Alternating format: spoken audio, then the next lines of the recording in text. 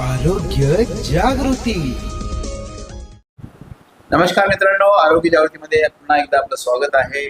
मित्रांनो, आपल्या सोबत आहे आज आरोग्य अधिकारी डॉक्टर अभय धानोरकर सर यांच्यासोबत चर्चा करणार आहोत की माझं गाव आरोग्य संपन्न या योजनेबद्दल आपण त्यांच्याशी चर्चा करणार आहोत.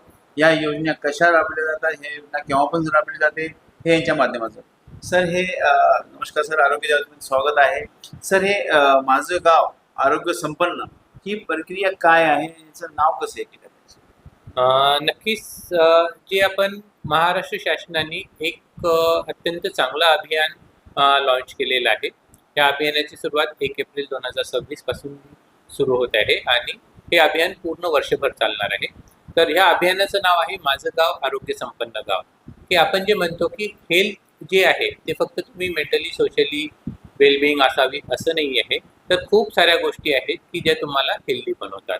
कारण त्याची थीम लाईन पण आहे की जर निरोगी प्रजा असेल तर सशक्त राज्य निर्माण होतं.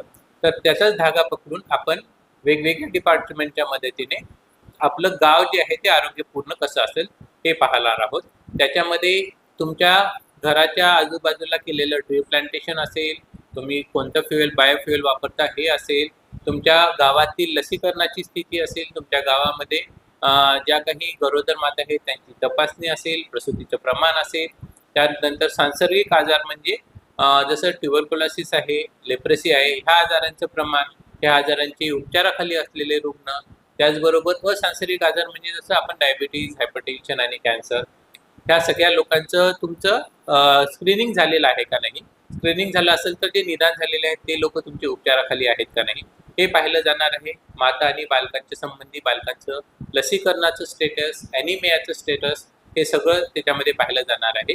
आणि हे आरोग्य विभागाच्या ह्याच्यासोबतच तुमचे काही सामाजिक बांधिलकीचे सुद्धा जे काम आहेत वेगवेगळे डिपार्टमेंट जे करत आहेत, म्हणजे तुमचं समाज कल्याण विभाग असेल, एज्युकेशन डिपार्टमेंट असेल, महिला बाल कल्याण असेल, म्हणजे पंचायत समिती विभाग असेल, ह्या सगळ्यांनी जे कामं करायला पाहिजे. म्हणजे जसं आहे की तुमचा कचरा कुठे टाकला जातो, त्या कचऱ्याची योग्य विल्हेवाट केली जाते का नाही, गाव हागणदारी मुक्त आहे का, गावातील पाण्याचे शुद्धीकरण वेळोवेळी केलं जातं का नाही, हे सगळे असे वेगवेगळे इंडिकेटर दिलेले आहेत आणि त्यांना मार्किंग सिस्टीम केलेली आहे.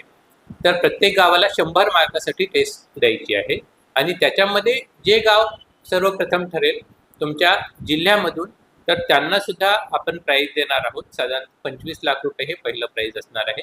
जे गाव तुमच्या विभाग स्तरावर प्रथम येईल त्यांना आपण 1 कोटी रुपयाचं प्राईज देणार आहोत आणि जे गाव तुमचं राज्यस्तरावर प्रथम येणार आहे त्या गावांना आपण 5 कोटी रुपयाचं प्राईज देणार आहोत. अशी पहिला, दुसरा आणि तिसरा वेगवेगळे जी रक्कम आहे ती त्यांना देण्यात येणार आहे, जेणेकरून गावाच्या सर्वांगीण विकासासाठी आणि आरोग्यासाठी पैसा त्यांना खर्च करता येईल. तर ह्याची जी प्रक्रिया आहे ती आपली पूर्ण एप्रिल म्हणजे आता एप्रिलपासून सुरू होईल, ते पुढच्या मार्चपर्यंत चालणार आहे. तर त्याच्यामध्ये हे सगळ्या ह्यांची वेळोवेळी तपासणी केली जाणार आहे. तपासणीच्या आधारे नंबर्स काढले जाणार आहेत. सर, खूपच चांगला उपक्रम आहे. जिल्हाधिकारी साहेब किंवा सीओ साहेब यांनी खूप चांगलं आणि तुमच्या मार्गदर्शनाखाली गावाला आरोग्यमुक्त ठेवण्यासाठी वेगवेगळे उपक्रम आपण राबवत आहात. सर, ही संकल्पना माननीय जिल्हाधिकारी, माननीय सीओ साहेब आणि आपण हे सर्व मिळून करतात. यामध्ये तुम्हाला जनतेचा किंवा सरपंच असो किंवा ग्रामसेवक असो यांचा सहभाग किती महत्वाचा आहे याबद्दल तुम्ही सांगा.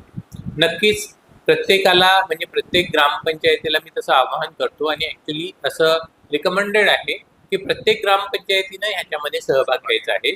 त्याच्यामध्ये 1 एप्रिल ते 30 एप्रिलमध्ये आपलं नॉमिनेशन भरायचं आहे. आमचा प्रयत्न असा असणार की 100% ग्रामपंचायत आपल्या ह्याच्यामध्ये कॉम्पिट करतील, जेणेकरून जे सुदृढ कॉम्पिटिशन आहे की त्याच्यामध्ये सगळेजण येतील आणि आपल्या गावाचा विकास कसा करायचा ह्याच्यासाठी प्रयत्न करतील. त्याच्यासाठी आमचं डिपार्टमेंट सदैव तत्पर आहे. प्रत्येकाला आम्ही योग्य ती मदत करणारच आहोत आणि जे प्रॉब्लेम जिल्हा स्तरावर आम्हाला सॉल्व्ह करता येतील तर त्याच्याबद्दलही आम्ही म्हणजे जिल्हाधिकारी महोदय असतील किंवा आमचे मुख्य कार्यकारी महोदय असतील तर त्यांच्यामार्फत आपण त्या गावांना हँड होल्डिंग करून मॅक्सिमम गावं आपल्या ह्याच्यामध्ये कशी येतील. प्राईज तर हे जस्ट नंबर आहे, कारण ती स्पर्धा आहे त्यामुळे 1, 2, 3 असे प्राईज निघतील. परंतु आज तुम्ही जी स्टेप घेताल, जे पाऊल तुम्ही आज टाकताल ते तुम्हाला तुमच्या गावाला सुदृढ आणि निरोगी बनण्यासाठी खूप महत्त्वाचं असणार आहे. त्यामुळं गावात गावकऱ्यातील म्हणजे जी आपलं ग्रामपंचायत असेल, तिथले सर्व मेंबर, सरपंच, ग्रामसेवक यांची मदत लागणार आहे.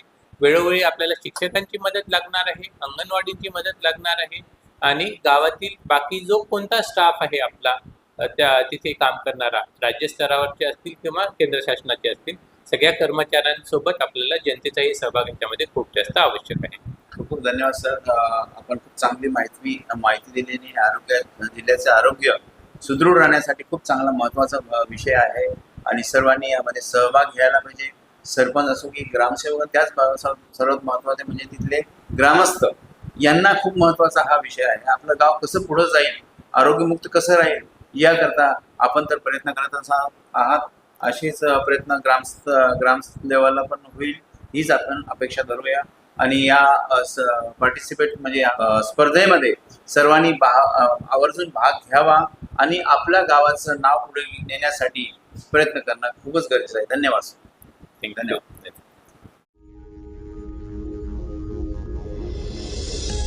आरोग्य जागृती.